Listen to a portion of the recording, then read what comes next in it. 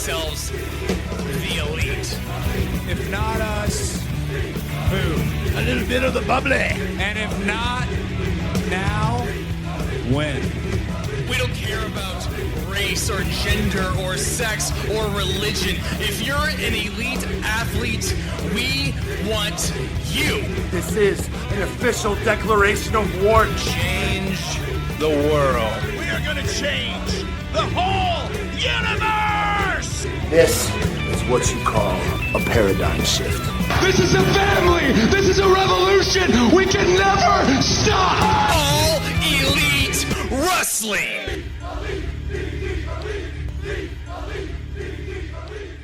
For the 31st time, it's Friday morning, and you know what that means. It's time for the next chapter of the only professional wrestling podcast that is changing the world every week.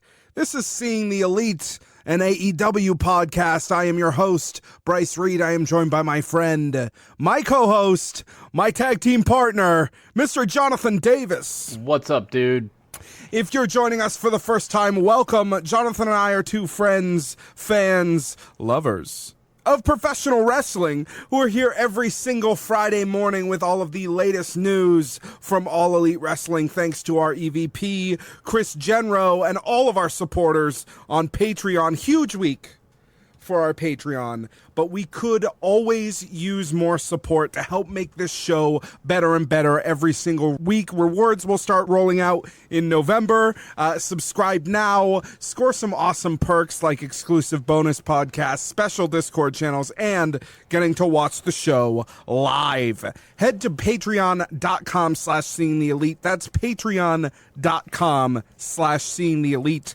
And thank you so much for helping make this show elite. Before we go any further, this is not a sports entertainment show. It's an entertaining sports show supported by fans like you from all over the world on YouTube, iTunes, Spotify, podcast services everywhere. Subscribe, review, give us 5 stars, just like Meltzer. It makes us feel so sweet. Jonathan, how sweet? Too sweet, buddy. Facebook.com/seeing the elite. Twitter @seeing the elite. If you really want to be part of the crew, if you want to be in with our homies every week, oh man, the chat during AEW Dynamite this week was explosive. So many people coming in, so much great conversation between everybody. tinyurl.com/seeing the elite will get you an invite to our Discord server where you can chat with AEW fans from all over the world, including our champion, Pumpkin Skull. And before we move on, I want to give a special shout out to Orange, who was nice enough. He went to the show in Boston. He was nice enough to send me one of those event exclusive blackout AEW baseball caps. And I think I have the other thing you sent over here.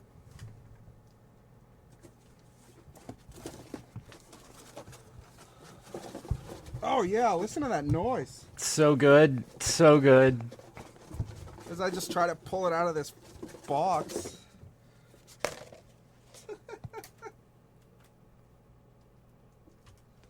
I should really be prepared with these things, you know? Yeah.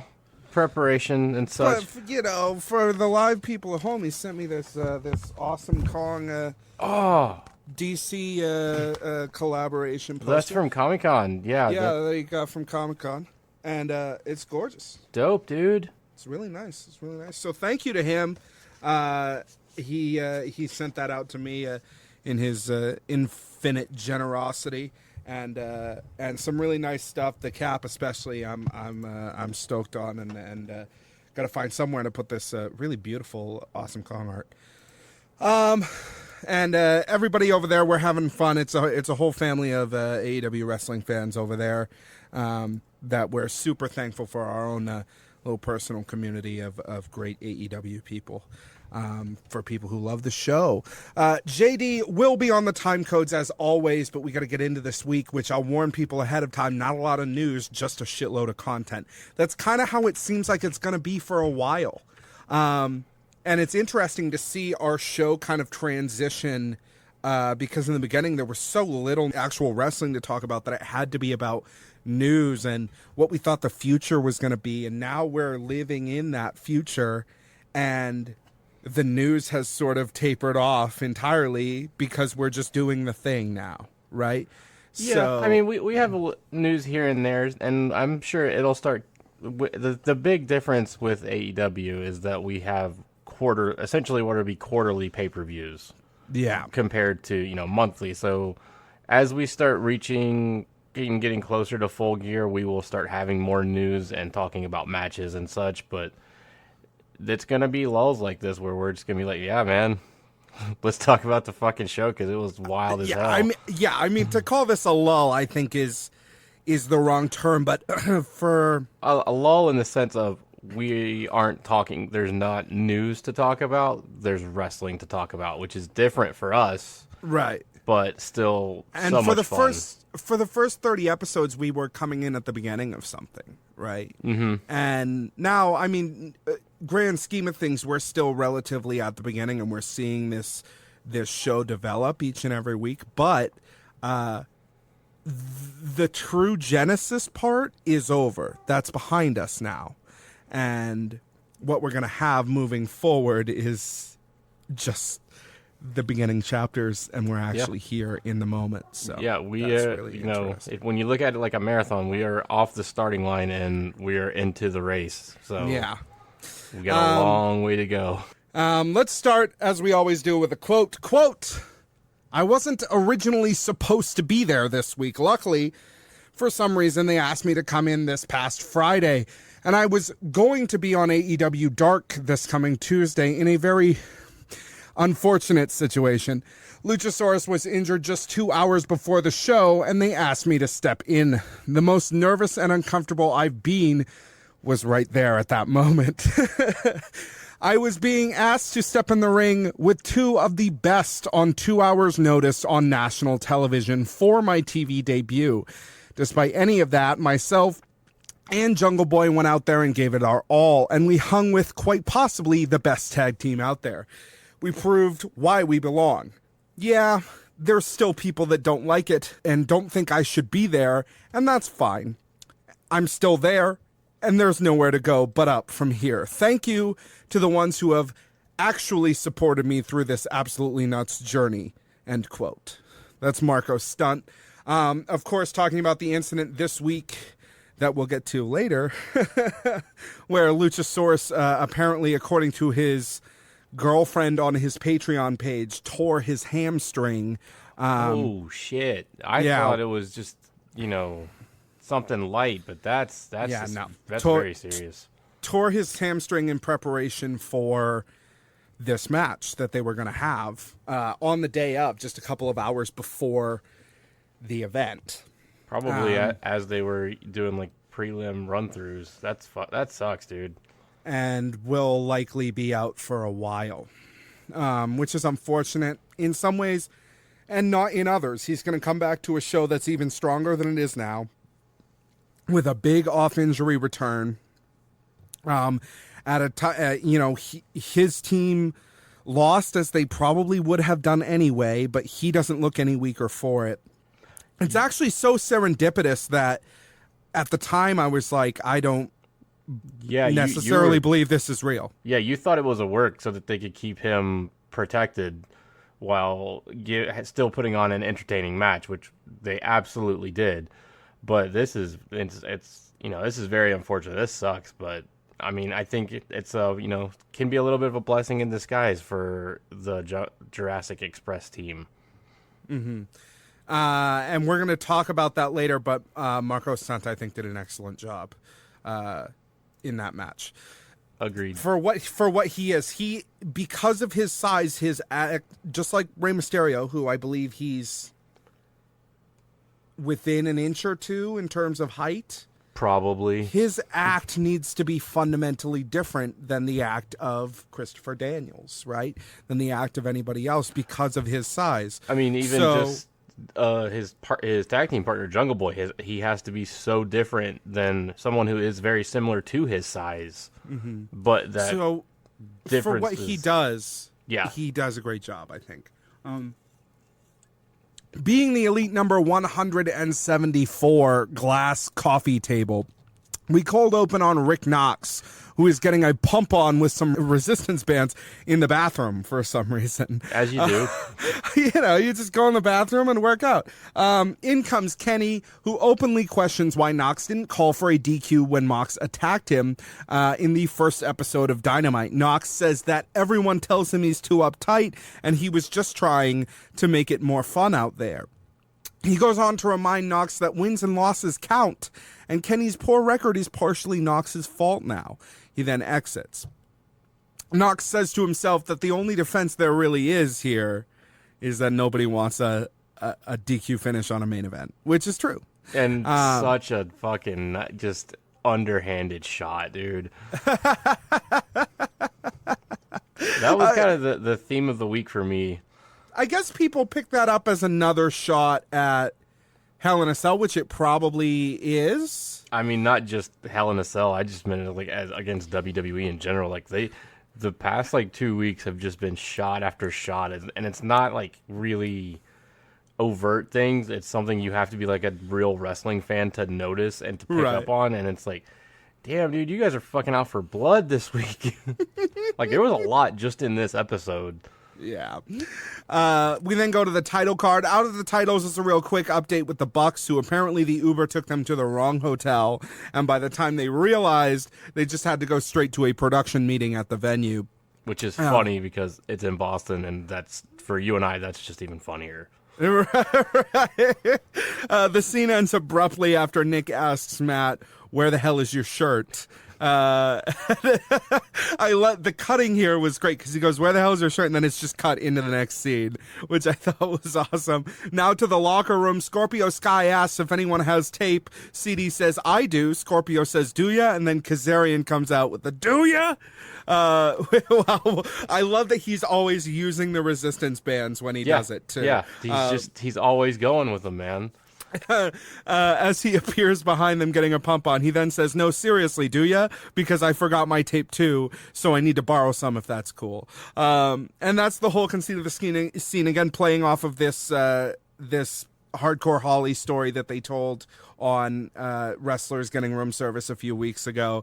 Of the running jokes that SCU has done, this is one of my favorites. And I hope that they continue to do little ones like this every once in a while. Although, again, I think the diminishing returns for sketches like this are when they do them every single week. I think they need to be more prudent about, like, maybe every couple of weeks we do one of these. Yeah, but, I mean, even still, like, just something like that's a quick hit like this. Because it's so quick, I think, is why it works. Yeah, that's really it. It's a quick hit, and they move on. It's not, dragging their feet, and then, I hate to say it, the three of these guys are not good actors. So when the problem is the bits that they usually choose typically take long enough to set up that by the time you get halfway through the setup, you know where the punchline is, and you're just waiting for the punchline to happen, right? And you already know what the punchline is going to be because it's a running gag, right? So a running gag like this is really effective when they're just having a normal conversation and then, "Do ya?" Right? It just comes out of nowhere, right? And that's why I think this one works on a deeper level for me than some of their past bits have worked, where it's like, okay, guys, like, I know where you're going, so get there. Yeah, and the part of the problem is, like, is the getting there, because we have to spend so much on it, and, like, they in front of the camera, they get so stiff. Mm-hmm. Which is very odd because, like, when they're in the arena, they're so much charisma and they're so loose. But, like, when they're doing these little things, it's like, okay, you can take the 2x4 out of your ass. It's okay. It's good to have that kind of stretch down there. You know what really I mean? No whole 2x4. Yeah. Now we get to his segment that says 2 weeks ago. The way this was set up was kind of weird because this informs the scene that opens it, but then we see it 2 weeks ago. Later in the construction is strange, but the second time I watched it, I'm like, oh, okay, now I understand the flow of things. Knox is trying to find a place to eat his hot dog in catering, but none of the cool kids will let him sit at their table. Even Alex Marvez is allowed to sit there, but not Rick Knox. So he goes and sits at a different table by himself, overhears Nyla saying, "Is it just me, or is that guy way too uptight?" With the whole table agreeing. Knox says to himself that he probably ought to lighten up, and that's sort of the end of what's here. But the funniest part of this isn't even the idea behind it. It's the fucking MJF thing that happened. MJF, of course, it was noticeable enough that this was all over Squared Circle and shit. MJF in the background, they're showing people in catering, and MJF kind of walks into frame in the background and then stops cold. He's wearing his sort of head to toe, that blue suit that he's quite fond of, that he's worn quite a bit. That looks nice. He's all, dressed to the nines, got the Burberry scarf on, steps into catering, and then tries to hide from the camera without leaving the room because he doesn't want the camera to know that he eats catering like the rest of the fucking plebes. See, right? I don't even know if it was because he didn't want to be seen with the plebes as much as it was like, oh, fuck, you guys are recording. I didn't know that. Oops. You don't see me. I'm sorry. I ruined the shot. He does it in a really jokey way. He walks up against the wall and just planks against the staring wall. At the wall. It's like what you would see an extra do on a Hollywood in a movie set when he's like, oh, yeah, there's that camera guy. He's got coffee. But it was so funny because if you were to say something to MJF on Twitter, it would be full on yeah, you can't. I was just going in to get my plate. I don't eat with those fucking degenerates or some shit. But in reality, it's I ruined the shot. They don't see me. I'm not ruining the shot anymore. And I know Matt and Nick were watching this and were like, yeah, we're not re-recording this. We're keeping that because that's fucking awesome. Yeah, it made the scene for me, man. I thought it was so funny. It's just his little play with the camera there was so great. Next scene opens with Trent and Orange Cassidy in the locker room. Trent asks Orange Cassidy if he has any spray tanner, which was just dude, know your crowd. I love the way that he says it because he says, "Do you have any spray tanner? I feel uneasy, man." So I love that it's spray tanner is like weed for him or whatever, it calms his nerves to be tanned. Of course, right? Yeah, of course. And I love the idea that wrestlers have a strange addiction to spray tanner. I don't even think it's wrestlers. I think it's really just Trent. Well, the Bucks. Come on. Fair. Okay. In walks Chucky T, who went and got Trent some matching red, white, and blue tights for the show in Philly. Chuck then asks Orange Cassidy what he's going to be wearing, and he says, "I'm not going to be there." He then exits, and Chuck says, "But we live together." And this is especially important because Chuck lives in Philly. A walking distance from the venue. Yeah. So Orange Cassidy saying, "I'm not going to be there" is like, what? What the fuck, man? We fucking live there. The whole that, and then the mailbag with them made the whole episode for me. Yeah, they killed. Just Chucky's and the whole thing of them living together is that really makes sense. These three dudes, this makes so much sense. And I don't know if Trent lives with them, but Chuck and Orange Cassidy live together. Probably not, because we saw the scenes from before where they do live apart. Mm-hmm. But that and Chuck or Trent clearly lives inside of a gym. Yeah, of course, with all of his weird shit in an office. He's fucking ripped. And Chuck, as much as I love Chuck, clearly does not live inside of a gym. So does not give a fuck. Next, the Bucks are gearing up in the locker room. Nick asks Matt where his shirt is. Again, of course. Matt says that Delta lost his bag. Nick says he knew this would happen, and that's why he brought a spare of the shirt and the scarf. And Matt reluctantly puts them both on at Nick's insistence. Just then, a knock at the wall. It's Cody, who looks directly into the lens and says, "I'm back. It's Britney, bitch." Guys, I laughed way too much at that. in reference to the late era Britney Spears song. Cody says that both the shirt and the scarf has become bestsellers, and he's got the next one, Young Bucks ties, which we'd seen were an event exclusive for some time, but are now not. Matt correctly points out that the Bucks don't wear ties, but Cody doesn't care, and proceeds to tie the tie around Matt's neck with several tries. It takes several tries for him to do it. We'll fix it in post. While he makes jokes about Master P, who of course just bought HOG Wrestling.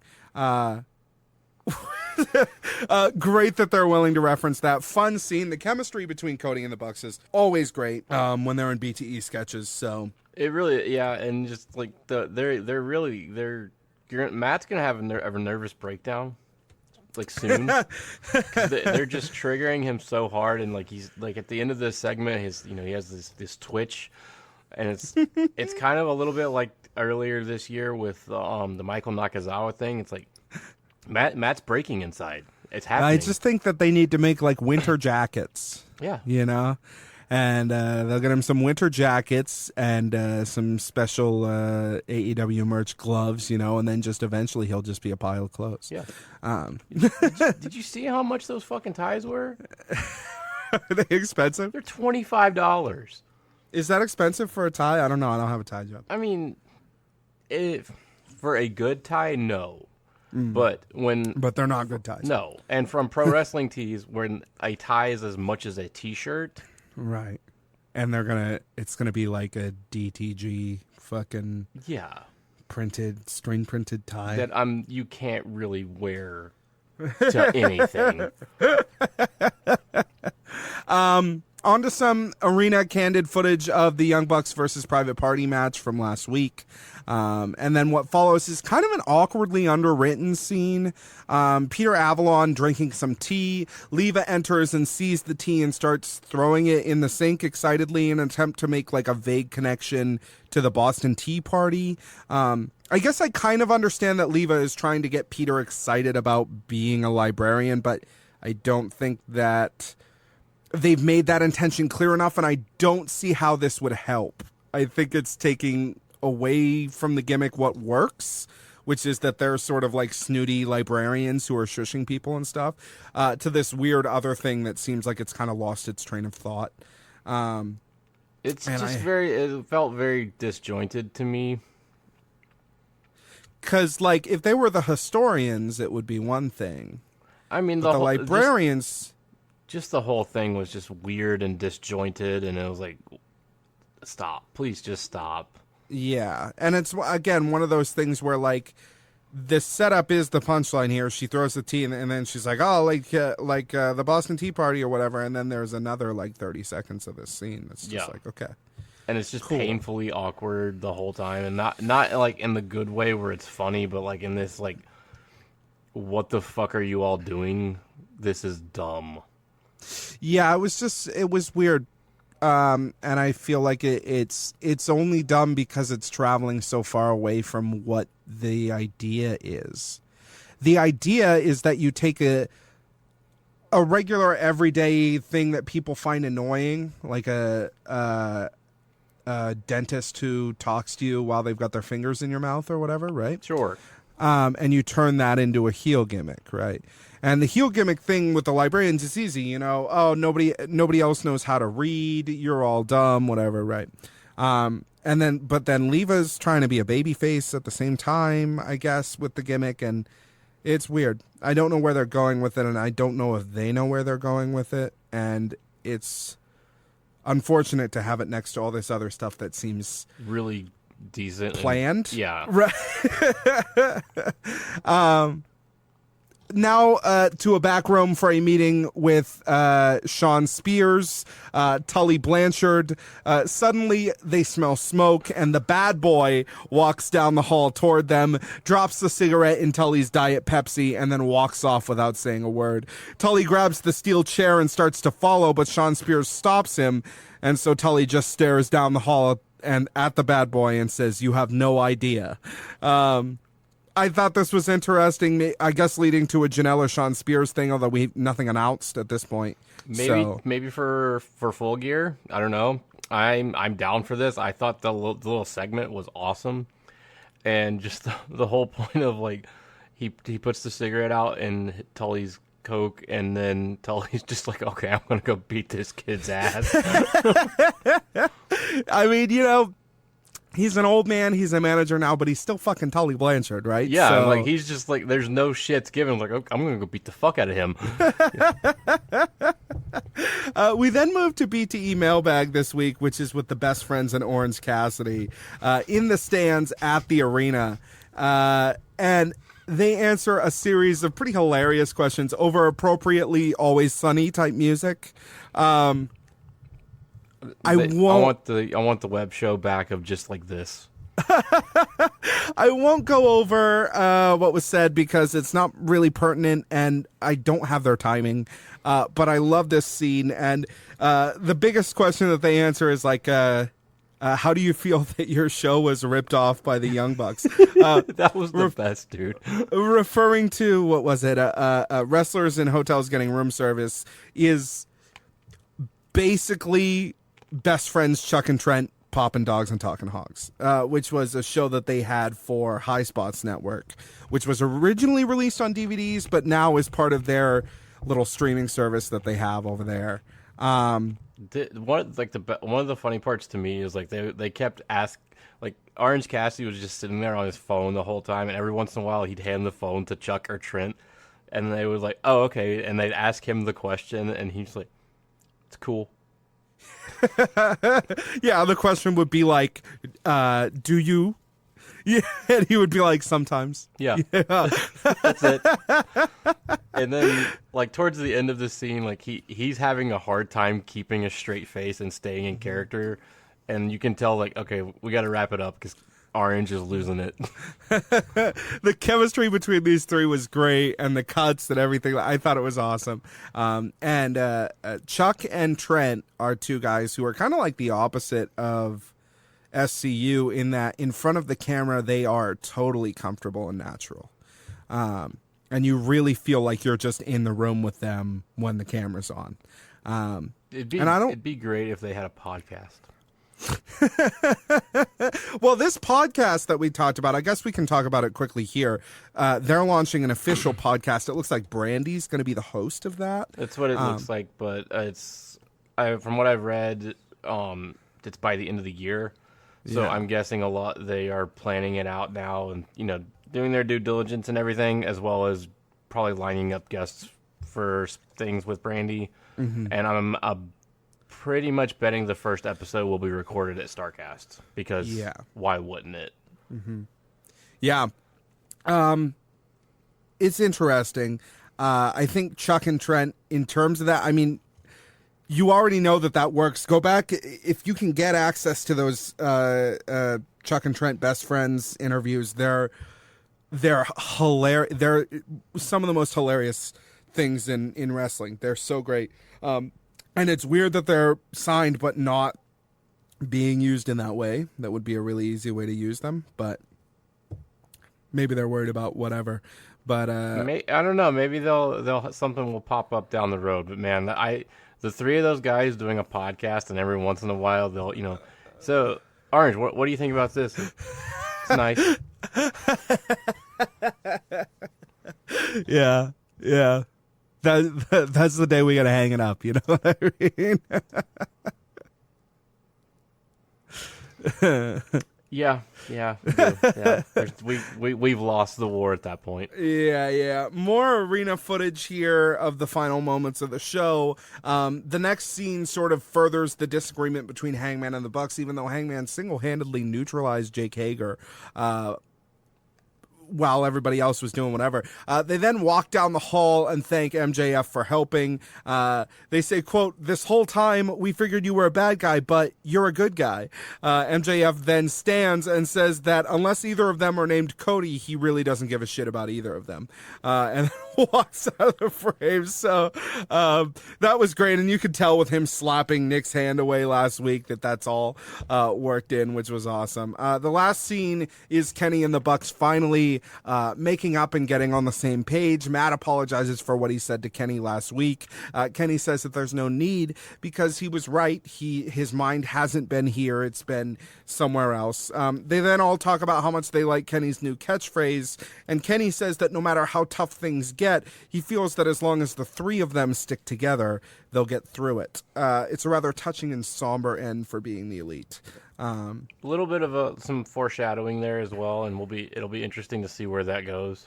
Yeah. There's basically, so that's the end of BTE. There's basically no news worth mentioning this week, which is unfortunate. I guess the only real news worth mentioning is that they renamed the Gorilla position to the Dusty position, I guess, in AEW, which is really nice.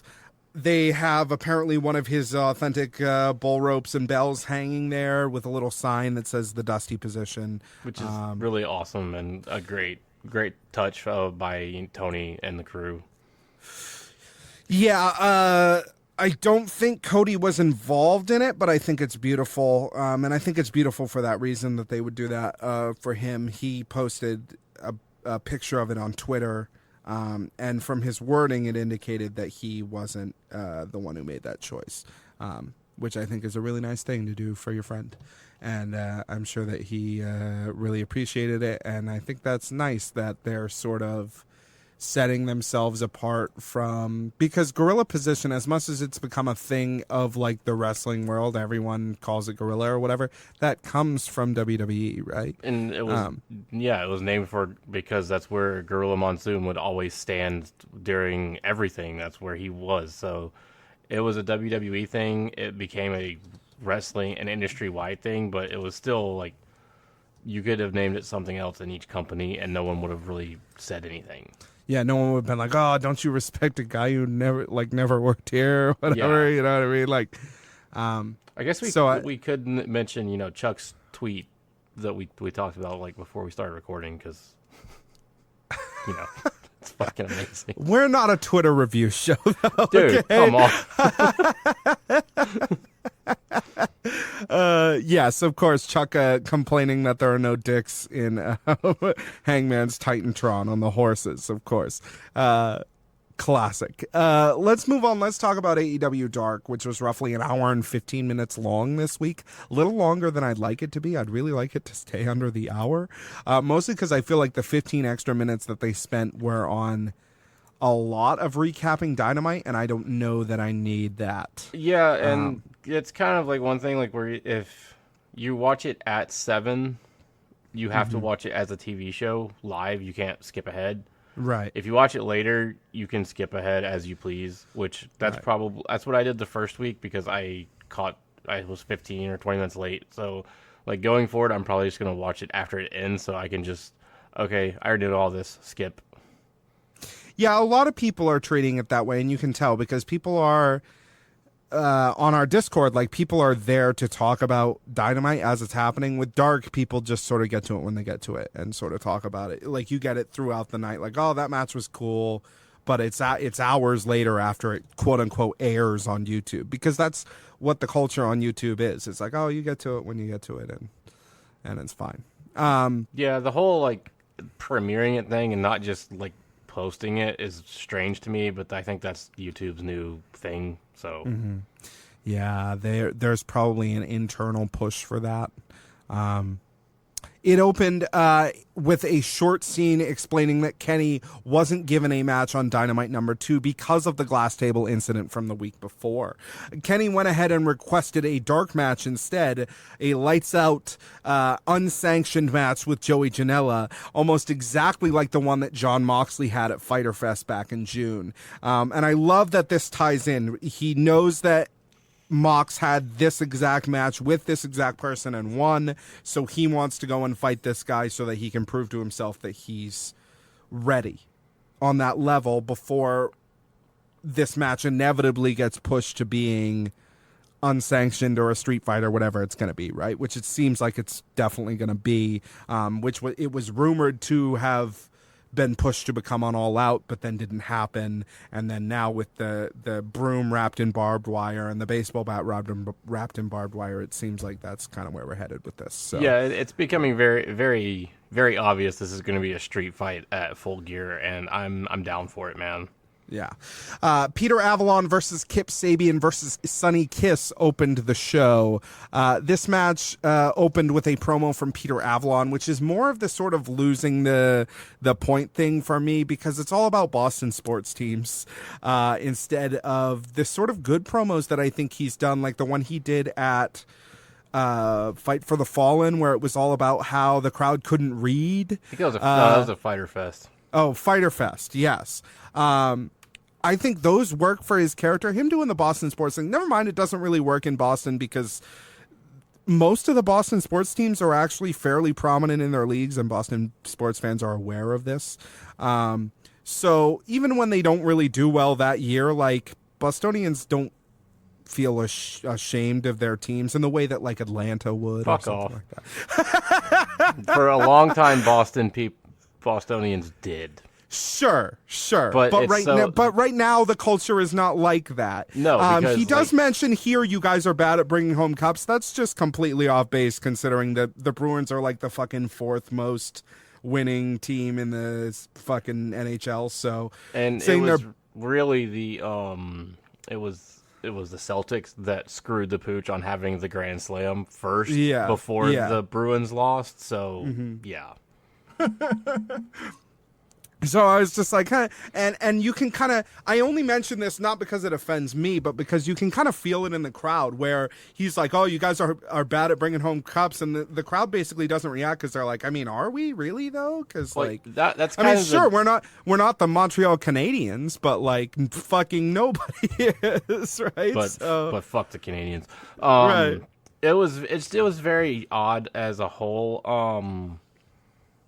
Just really, it was weird to say the least, because this was the pre-show match and it really just felt like they killed the crowd. Yeah, I mean, so part of this match, let's get into the match. The match was pretty good, clearly intended to be a showpiece for Kip Sabian. Unfortunately, Kip went for a modified tope con hilo onto Peter Avalon partway through the match and dislocated his middle finger at the pip joint. For obvious reasons, this really slowed him down for the rest of the match. Despite this, I still thought it was pretty decent. But yeah, the crowd saw him get injured and then saw him spend the rest of the match like, fuck my hand, god damn it. Kip Sabian ends up winning the match after hitting Peter Avalon with Deathly Hallows, which I guess Kip Sabian's gimmick is that he's like a basic bitch millennial. Yeah, because oh cool, you read Harry Potter, what a bitch. Right, his finishing move is named after a Harry Potter book, right? Yeah. And like, one of the guys in the chat who's at this Boston show explained that basically it was a dead crowd because the sound was so bad in the arena that they couldn't hear the promo at all. And it was the same thing during the best friend segment later in the episode where they were in the crowd and stuff. Yeah. So like the crowd didn't hear it, so it didn't play, and even it probably still wouldn't have played anyways. But you know, well, some of the crowd did hear it because some of the crowd did react to it, but I think it was probably just the people that were close or lucky that managed to hear it, because there was, a TB12 chant and things like that, right? Which is in reference to it. So. We then move on to the second match, the Dark Order and the Hybrid 2 versus SCU and Shima. This match seemed like it held together a lot better than last week's 8-man, but our friends who were there live said that it was heavily edited and was much uglier in person. It felt like that. It was just I liked it quite a bit on Dark. The finish came when Evil Uno distracted Rick Knox as Angelico and Jack Evans double kicked Scorpio Sky in the balls, and then Jack backslid him into a quick pin. Dark Order and Hybrid 2 took home the victory, which is... Yeah, it was like just... I think the 4-man team of SCU and Shima worked really, really well. Mm-hmm. The Dark Order and the Hybrid 2 didn't mesh as well to me. Sure. because just so different. Right. Whereas, well, it's also easier to add one more person to a trio than it is to run 2 tag teams together. As well as like SCU and Shima, they all know each other. They've wrestled together, so it's not strange. I would like to see the 8-man tag thing curtailed to a certain. This is the second one that we've had on Dark. I don't think there will be one next week. Yeah, we'll have to see about that. I don't think that there was. Someone posted the matches somewhere. Let me see if I can find it while you. Next is a new segment called From Undesirable to Undeniable, which is, of course, named after the thing that Cody did with Shivani at StarCast 3 or 2. We haven't had 3. Yeah, we have had 3 now. God damn it. Where Cody sits down with an AEW personnel and lets them tell a story about a time that they felt underappreciated, then a story of their proudest moment. This week's guest referee is Aubrey Edwards. Aubrey starts by reminding us that she's only been doing this for 2 years, which is outrageous, that she's only been reffing for 2 years, and then goes on to talk about 4 times that she got shots with WWE before they ultimately decided not to do anything with her. Which were, I think, all during the Mae Young Classic. Yes. Cody says, quote, "You seem like the type of person who'd ask what's missing. Unfortunately, that's not a place that will tell you," end quote. She took it as an opportunity to look inward and fix the things that she felt she could be doing better. And then, the segment kind of ends with her talking about her excitement about, hey, we're here. And Cody asks her, what if this is the last episode? And she says, well, then I'd still be super happy with everything that I've done. Okay, there is an 8-man tag this week. Great. The matches for this coming week's AEW Dark, which were part of the Philadelphia Dynamite, are Joey Janela versus Brandon Cutler, Leva Bates versus Nyla Rose, and then an 8-man tag of Cody, Dustin, and the Young Bucks versus Shima, T-Hawk, and Private Party. Weird. We did, unfortunately, no one who was there live said, you got to see this match. It's great, like they did last week. So it's probably going to be kind of a weird episode of AEW Dark next week. The 8-man tag thing, I don't need it in my life, especially these sort of thrown together 8-man tags. Now, Cody and Dustin with the Young Bucks, that's kind of a cool 8-man tag team, but against like most of the Strong Hearts and then half the Strong Hearts and then Private Party. 2/3 of the Strong Hearts and then Private Party. That's weird. But I guess that's what they want to get everybody a chance to shine on the shows or whatever. But I don't know if these 8-man tags are really helping anybody shine. No, I think it would be better. Because they've been kind of a mess. It'd be better to do 2 tag matches. Yeah. But, there's, not much we can do about that. Kenny Omega versus Joey Janela in a lights out match, the main event of the evening. This was a truly epic pay-per-view grade match, stiff as hell, tons of huge spots. Kenny whacking the inside of his knee on the guardrails during an outside dive looked like it hurt like hell. Yeah, that's a bone bruise, my dude. These two just beat the shit out of each other. Big ending. Janela gets pressed from the top rope onto the standing backs of several chairs. And then Kenny hits a V-trigger on Janela into a steel chair wedged between the ropes. One we get an Angel on a standing chair. 1, 2, 3.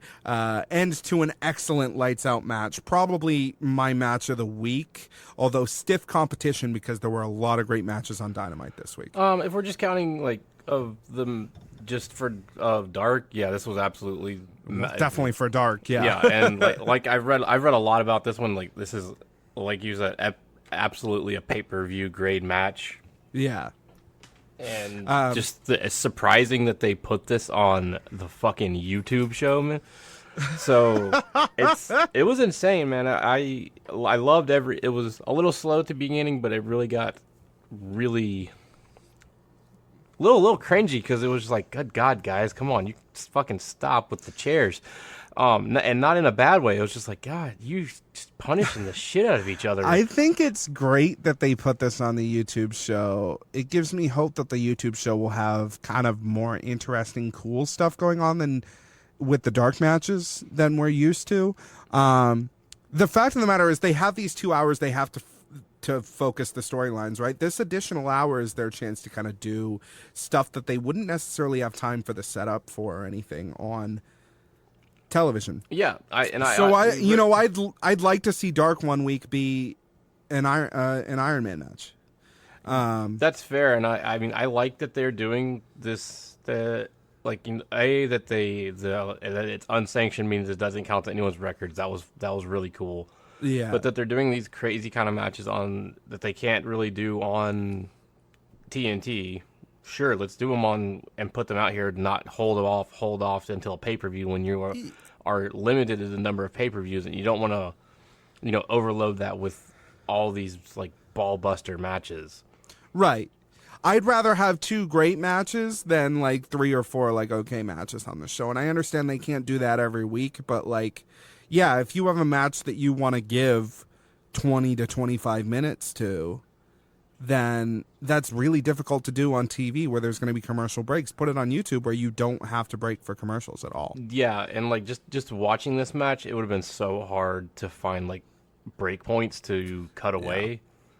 I mean, the picture-in-picture helps, but it's not for something like this, It's though. not ideal, Well, like this one, like the noise is integral to the match. You need to hear him hitting those chairs to really understand what they're going through. Let's move on to Dynamite number 3, which aired live from Philadelphia, Pennsylvania.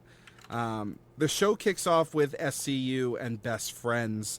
Lucha Brothers attack Daniels and Kazarian during their entrance. Phoenix drives Kazarian into the ring post back first twice, which is beautiful because it's a pointed attack on Kazarian's known bad back. He's talked about his bad back before, and they're specifically targeting his bad back. Then Penta just kills Daniels with a package pile driver on the ramp. And they try to do this to Kazarian too, but then Scorpio comes out to make the save. Lucha's powder as Rick Knox and Shima and the Young Bucks and the ringside medical team pull Daniels out on a stretcher.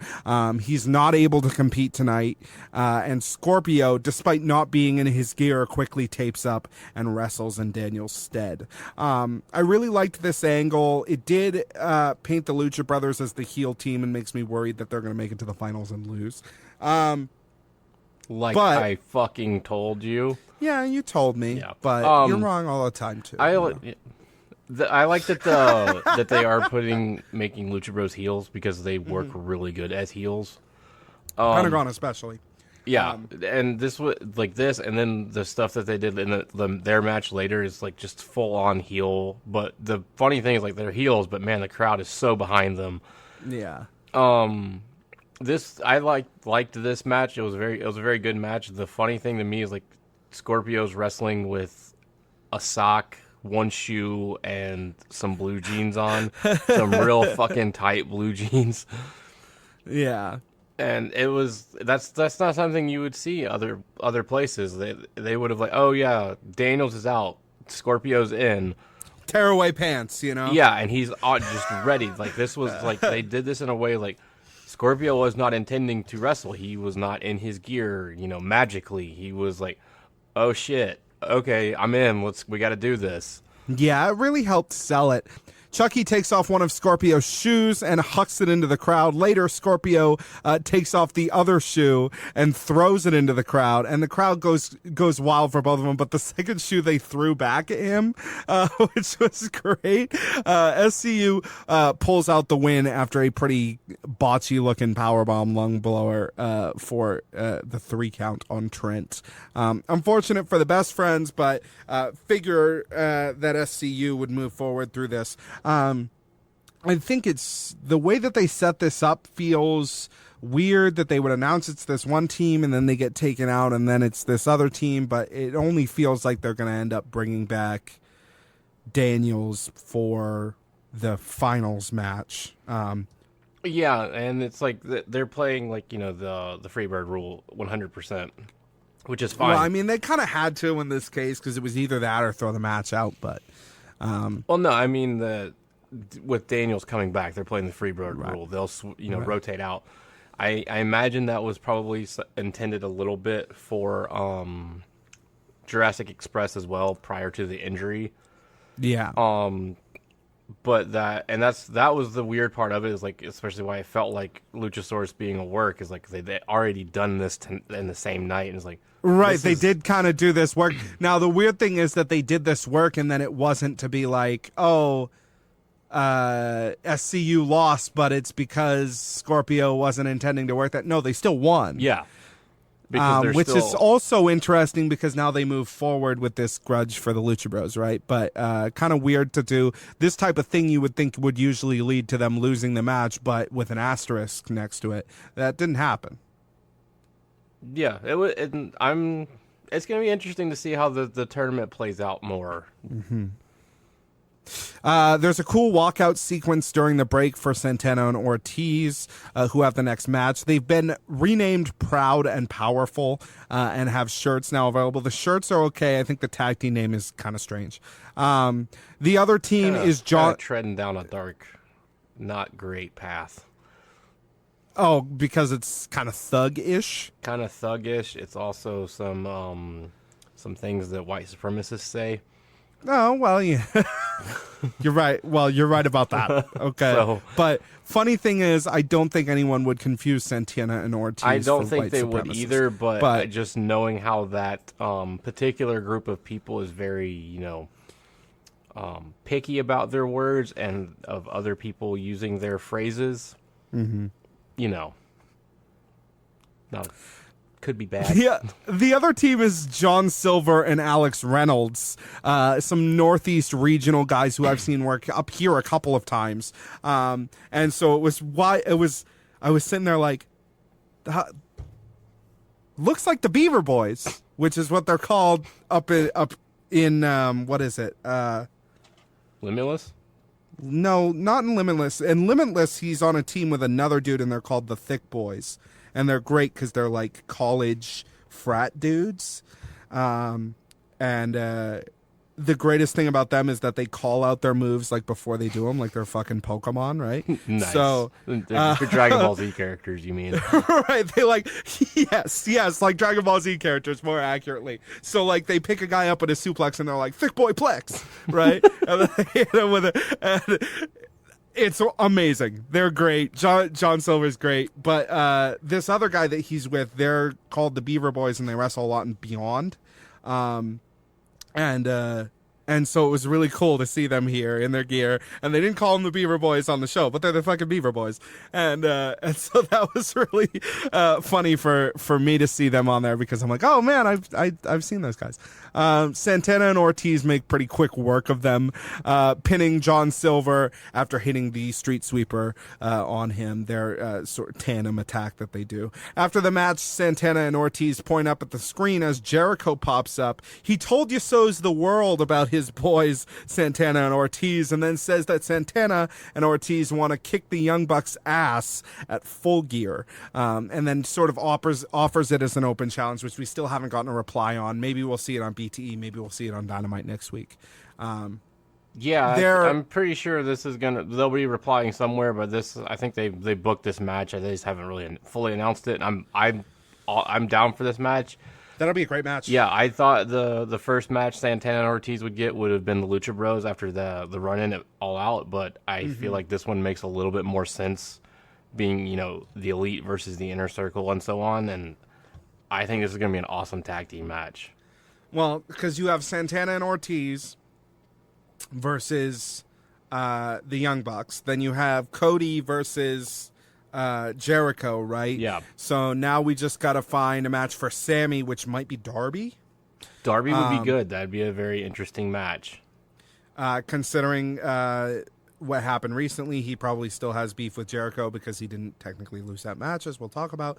And then something to do for Jake Hagar.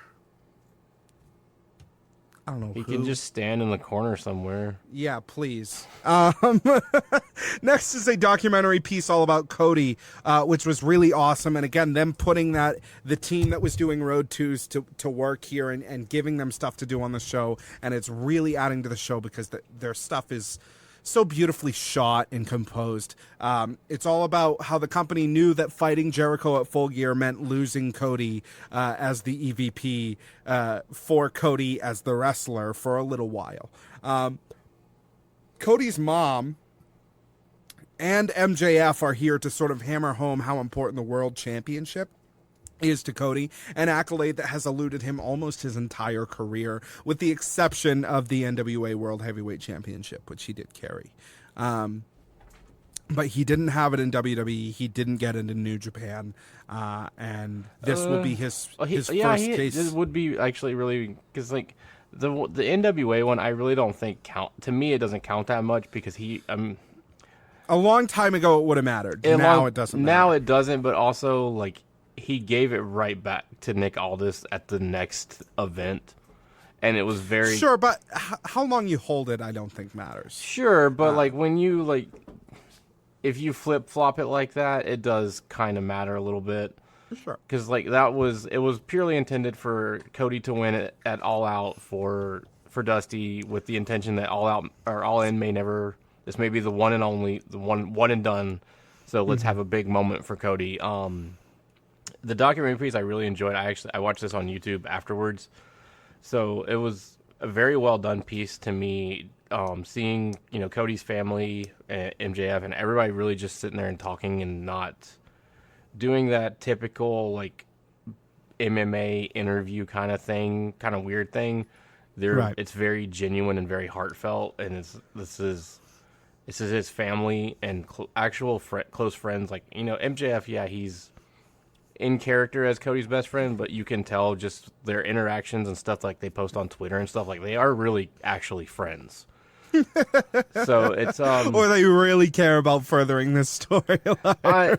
If that's how they're doing this, man, they are going fucking deep with it. But like, they both post, and Brandy too. They post videos on Twitter all the time of like MJF staying at their house, yeah, and he's just doing dumb shit, and it's very clear that they became fast friends and became close friends. So it was a good little documentary piece. I hope to see more little pieces about like this. Mm-hmm. But definitely not something you see in a wrestling show. Yeah, it's not something that WWE does, which I think is a strength of theirs. And WWE could follow suit, but their show's not really formatted for it. So I love the idea of like, it's not all... it's not like people go into the backstage and throw milk at each other or whatever they fucking do over there. It's like stuff happens around the ring, and then there's documentary stuff that happens as well. But and I kind of like that play. Next up is Rijos versus Britt Baker for the title, which was the low light of the night. Several spots that seemed really sloppy or confused. There was even maybe 5 or 6 seconds, which seems weird to talk about, but it was noticeable where they stopped and were like, what are we trying to do here? There was a defined link, and it was a very harsh language barrier, and it was bad. Yeah. The crowd is, to Rijos' credit, the crowd is firmly behind her. Yeah, absolutely. And I mean, this is more another example to me, like this. I'm still not sold on Britt, and it's getting more and more apparent. Yeah. This thing that they announced later in the show next week, like how it's Britsburg and she will be in action next week, and like, okay, I guess. Not really feeling it. The thing with Britt is it's so funny because her she looks more like a professional wrestler that we are used to than anybody else on this roster. Her gear looks professional. Her music is pro. Her gimmick is reasonable enough. You walk out there and you're like, oh, here's the real woman's wrestler. And then she starts wrestling and she's not there. Until she actually starts wrestling, if someone had told you, oh yeah, that's Adam Cole's girlfriend, you'd be like, oh okay, that makes sense. Yeah. And then she starts wrestling, and you're like, what the fuck? And it's not to say that she's absolutely terrible. It's just to say that her look is so much more professional than her ability in the ring is, unfortunately. Yeah, and it's very clear that to me, it's very clear she says wrestling is her passion, but it's very obvious that it's her second career and not what she really focuses on. Yes, and it also goes to show you that you can buy the nicest gear in the world, but it's not going to save you if you're given a lot of TV time. No, and to me, this is like you can compare her to Hangman. Hangman had the dream of being a wrestler, had a full-time job, got to the point where couldn't maintain both, gave up the full-time job, chased his dream. Right. Britt is doing both and is like, to me, it's like you can't put all your whole ass in something. You can half-ass a bunch of things, and it's like she's half-ass in the wrestling because you can't half-ass the industry. If you half-ass the industry, you will get sued immediately. Well, true, and rightfully so. I don't want to hold this against her. I think if it came down to you can either wrestle or you can be a dentist, she's going to choose. She would choose be a dentist, and of fucking course she will, because like she's going to be able to be a dentist for a whole lot longer and is likely to come out of it a whole lot better than she would be coming out as a wrestler, right? So I don't blame her for it, but it's like, if you're going to commit, you got to commit. Yeah. Next up is the Lucha Bros versus Jurassic Express for their tournament match. The team is Marco Stunt and Jungle Boy again because Luchasaurus was expected to compete but was taken out that morning by what they called a non-contact thigh injury. What we later learned was a hamstring tear. Which was odd because you heard a couple places that it was an eye injury. Someone had heard that it was an eye injury, not me. I hadn't really put that much research into it. The Witcher 3 came out on Switch this week, so I put time into this show. But let's be real, guys. Bryce was playing The Witcher 3 until 7:59 yesterday. Hey, man, at least I made it back for 7:59 yesterday. Hey, okay? I knew ahead of time I was going to be late. That's why I stayed up and there was immediate replay. Cool, I'm good. I'll catch up. So I was not staying tuned in on news on that day. Also, Saturday's usually where I do some of the notes documents. So, like, I'd done my AEW stuff for the day. There was going to be more later. I had to go to the grocery store. I met a guy at the grocery store who came up to me and was like, hey, man, nice hoodie. You going to watch the show tonight? Which, what a weird question because, like, I'm wearing this hoodie, but I'm not going to watch the fucking TV show. Dude, I had a couple people, I was wearing just, my AEW, just the logo t-shirt, and I was like out and about doing errands and like, oh man, you like AEW? I'm like, no. I got this shirt for free. It kind of pisses me off, honestly. I'm a WWE guy, but it was free, so I wear it. Fucking cool. Why would I buy the goddamn shirt if I didn't like the fucking show? Are you... No, like, I understand the guy who's trying to reach out, but I'm sitting here in this... To you, yes, but, like, mine is like, are you dumb? Right, this $60 fucking AEW varsity sweater with the All Elite Fleet fucking patch on the fucking arm, right? And the guy's like, are you gonna watch the show tonight? I'm like, yeah, man, I'm gonna watch the show tonight. I should have just been like, what show? I mean, to be fair, like, the thing happened. It was like you said, it's 2 hours before the match or for taping and everything. So it's like it makes sense, but yeah, I'm gonna give you shit anyways. I thought that it was great that they did it this way, though, which is why, again, initially I thought it was maybe a work. It's a fucking great match. Everybody benefited here. Jurassic Express looked strong, but came up just short because they didn't have the dinosaur. Lucha Brothers looked absolutely deadly and were just toying with Marco Stunt. Marco Stunt showed great purpose, a great underdog character. Super smooth in the ring. He's like Mikey Whipwreck and Rey Mysterio together, in this sort of super underdog character while also making it easy to have David versus Goliath matches with dudes who are like 5'11".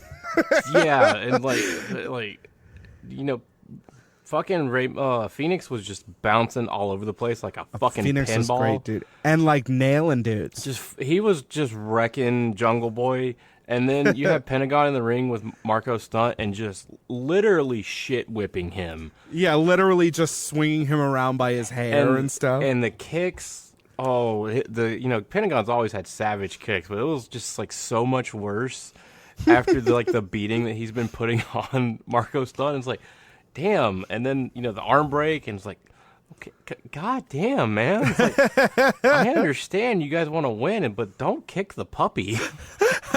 Yeah, it was to the point where it almost was like, there's no way that they win this match because they're just dominating, right? I'm fine with it. And I'm fine with it. I loved it anyways, but it was still like.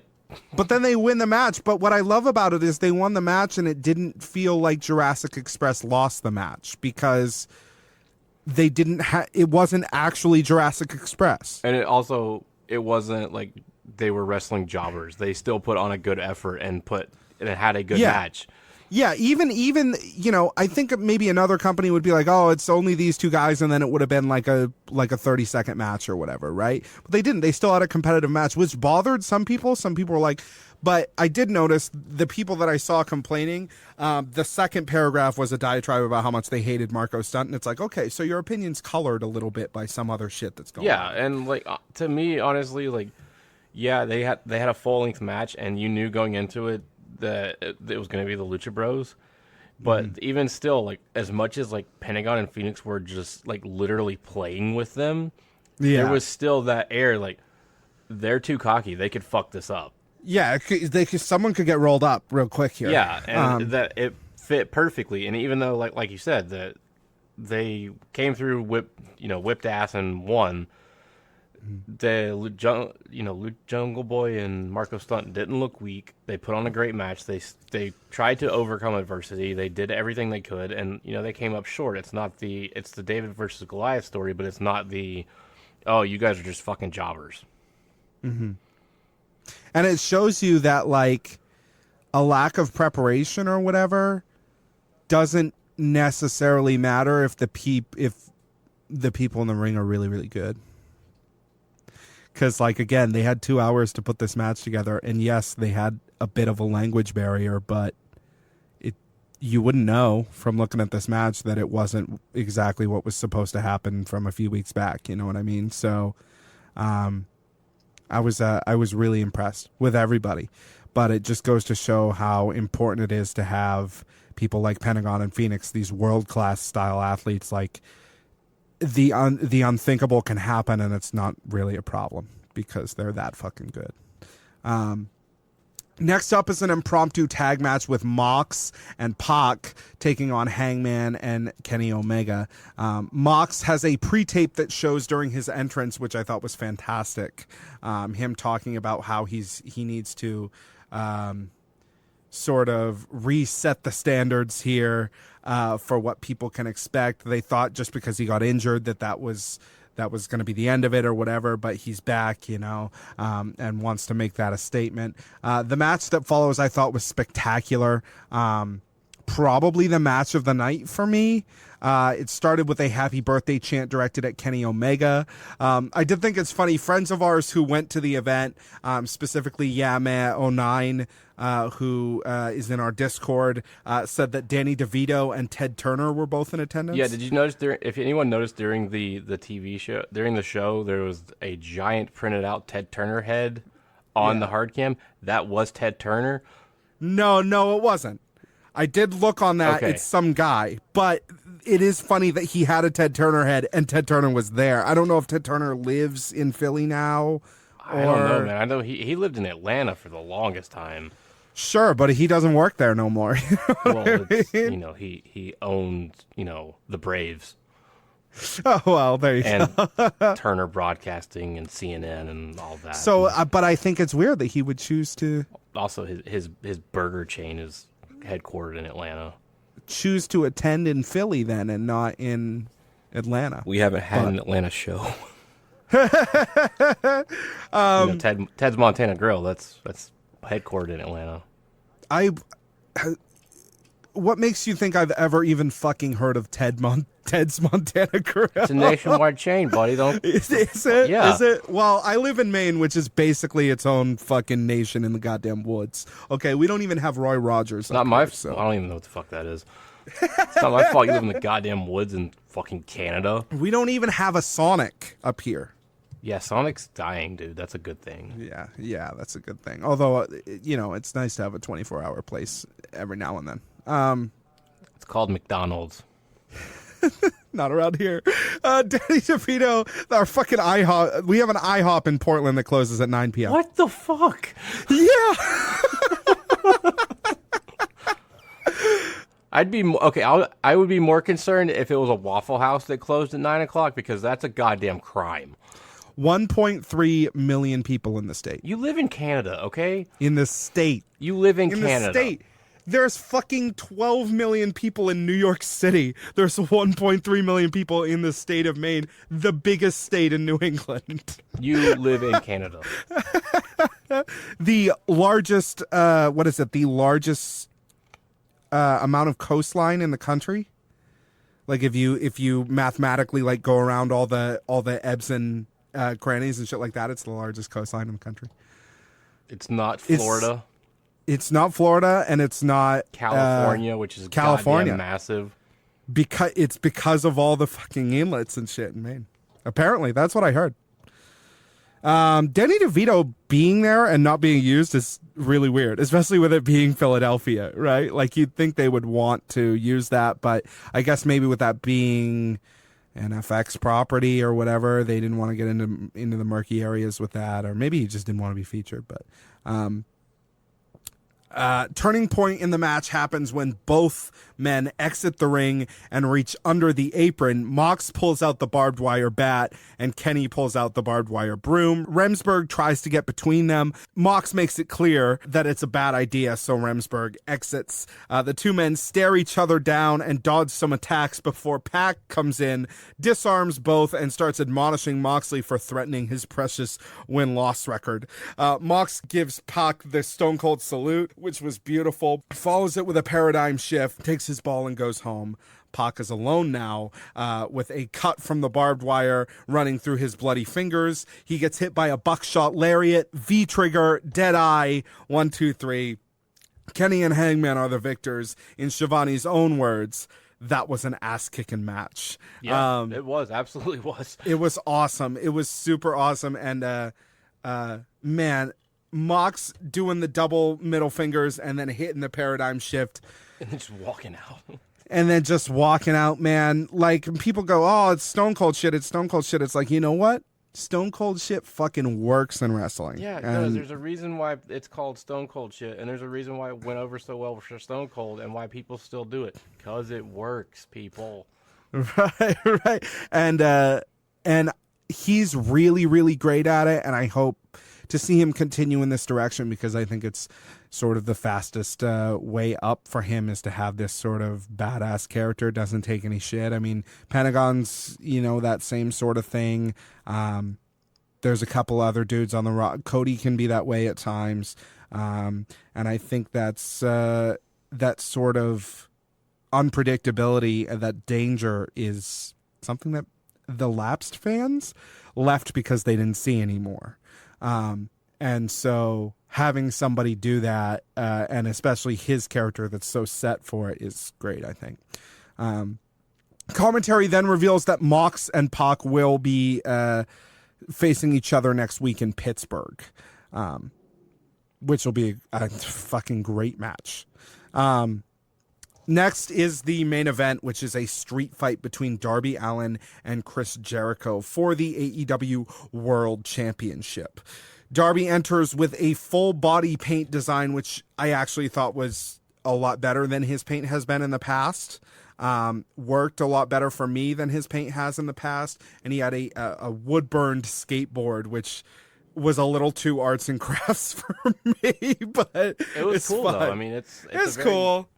It was cool, but it's just I know somebody's pulling out a fucking Creative Versa tool to fucking wood burn the bottom of the skateboard with this like design and the imagery of him being like, yeah, it needs to say Darby Allin world champion, or him doing it himself, him sitting down and like wood burning his skateboard is it's very funny to me. Agreed.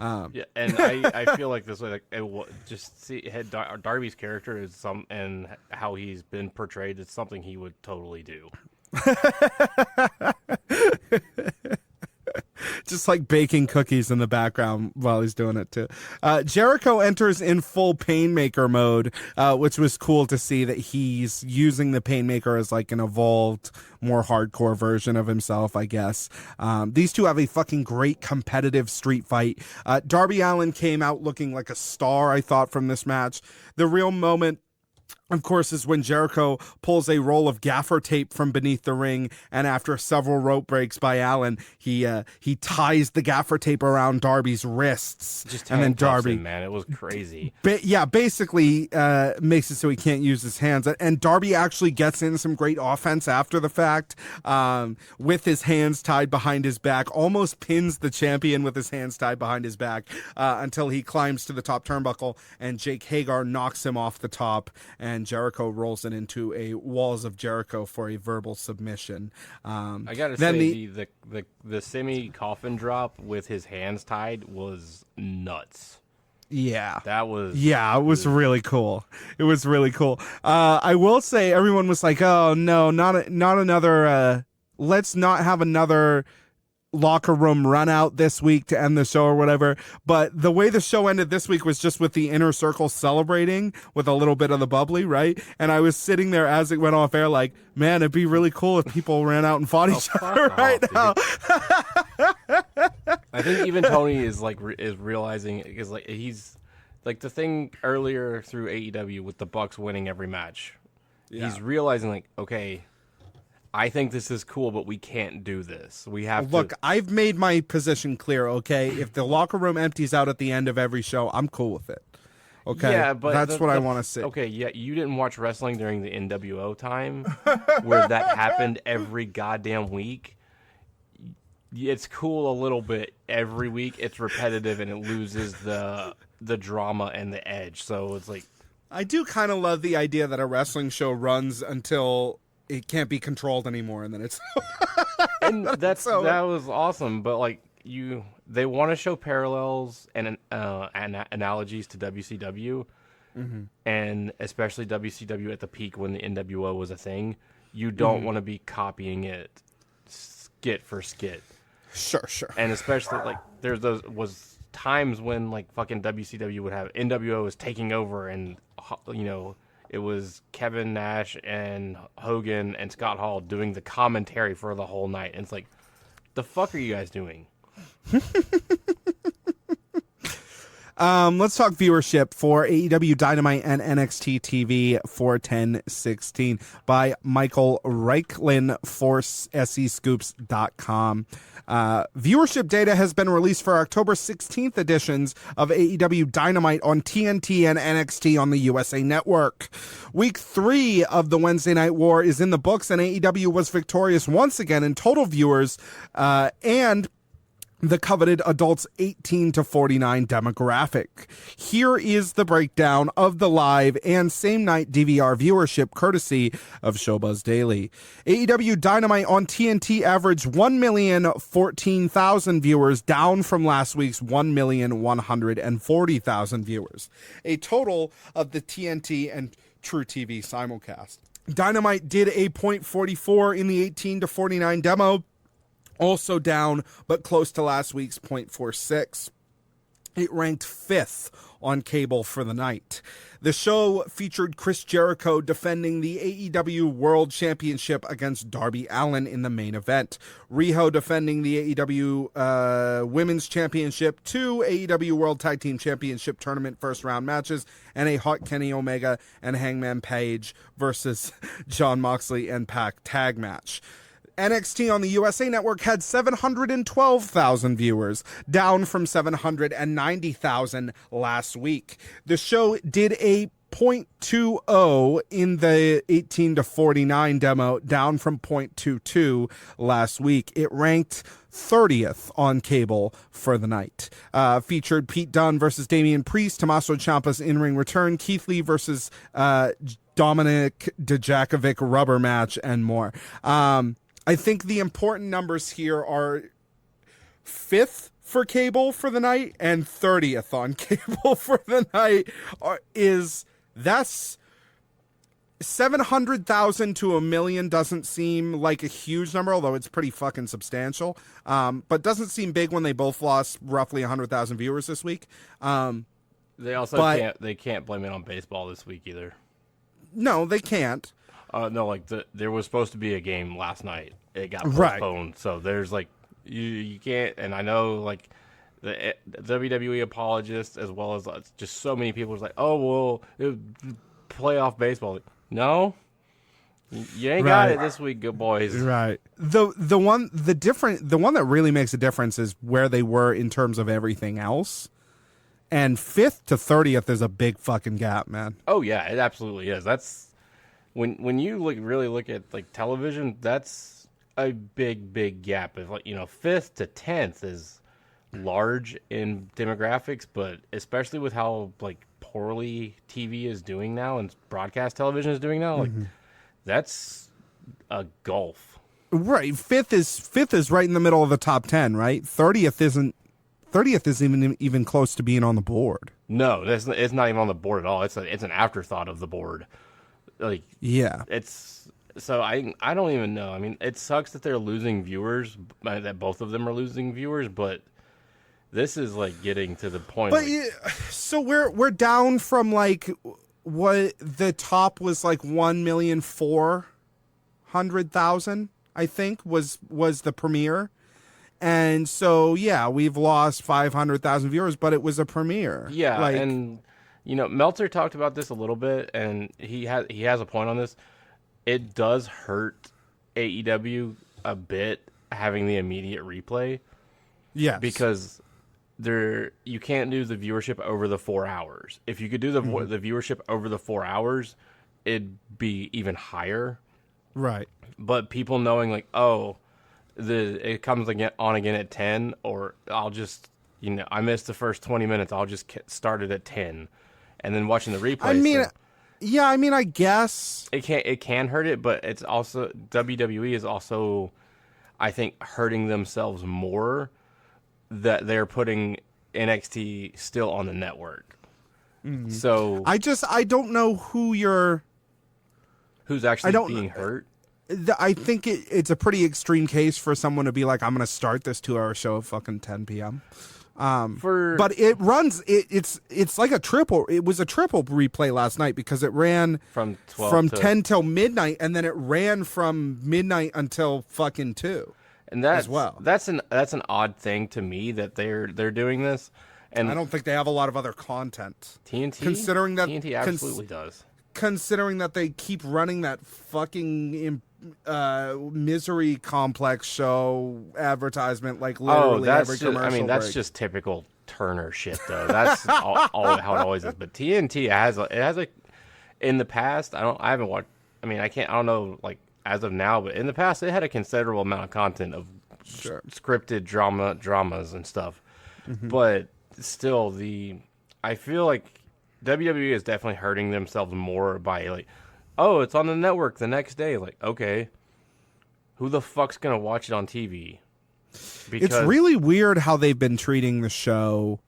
Because like the diehard audience that really watches NXT is used to watching it on the network at their leisure. Right. Yes, so, I agree with that, and it's on Hulu as well. So they're going to continue doing that. I'm pretty sure Dynamite's on Hulu. Possibly, I'm not sure. Don't quote me on that. I was under the impression it was only on Hulu if you had Hulu Plus Live TV. That's possible. That's probably more likely. But yeah, I think it does hurt a little bit of Dynamite to have the immediate replays. Like Edge case, yeah, I was like, oh, I missed the first 30 minutes. I'll start at 10. The more likely Edge case, or not even Edge case, the more likely one is like, okay, can't be home at 8. Immediate replay, I can be home at 10. Right. And for people working like third shift or second shift, way easier. So then, like I said, if you could take the whole 4 hours and average that viewer number, you're going to have a much, much higher number. Well, it's weird how they've treated it, too, because there's no lead-in programming for AEW at all. They've been running a different superhero movie each week. The first week, it was Suicide Squad. The second week, it was Guardians of the Galaxy Volume 2. And then this week, it was Age of Ultron. They ran into it, and then they're just replaying it all night. So it's really weird that they're really not trying to integrate any other TNT programming with it, like whatsoever, in terms of like lead-ins and lead-outs and whatever. But I don't know. It seems kind of strange to me that they've done that. I mean, unless TNT is like a fucking superhero movie replay channel now, which maybe it is. But. It is a little bit. There've been TNT's turned into a lot of like not just superheroes, but like movies in general. But you know, who the fuck knows what Warner Media is doing anymore? I don't. It's yeah. I mean, like I said, the number that people care about here is where you ranked in relation to everyone else. AEW is in a healthy place, a really healthy place for a wrestling show. NXT is in trouble. And I think Jericho's points about like we're only in competition with ourselves and we're in competition with everybody else on cable, not in competition with NXT, ring true when you see these numbers kind of hold fast every week with them being considerably below AEW every single week. Whether this will continue, who knows, but all I know is that we're seeing losses be the same for both shows. And that's indicative that unless AEW really sours and starts being crappy, which it hasn't done so far, then we're probably going to see this kind of continue to play out the way that it is. Once playoff baseball goes out the window, the numbers may change, they may not, but it'll be interesting to see. Yeah, and like even still, like the numbers that they're averaging, like yeah, they lost about 100,000 viewers. That's really not terrible when you consider a week-to-week show that doesn't have a defined season. Sure, they lost 100,000 viewers, but they held steady in the top. The demographics that matter the most. In the demographic that they wanted, near the top of the pack for any other show on cable. Like, it doesn't matter if you lost 100,000 viewers if basically everybody else on cable also lost 100,000 viewers. Yeah, and like the other thing like that we can't quantify is there is so many outlets that people watch TV now that don't record via Nielsen ratings. Yeah, we can't talk about Fight, you know. We can't talk about Fight. We can't talk about the TNT app, which is VOD.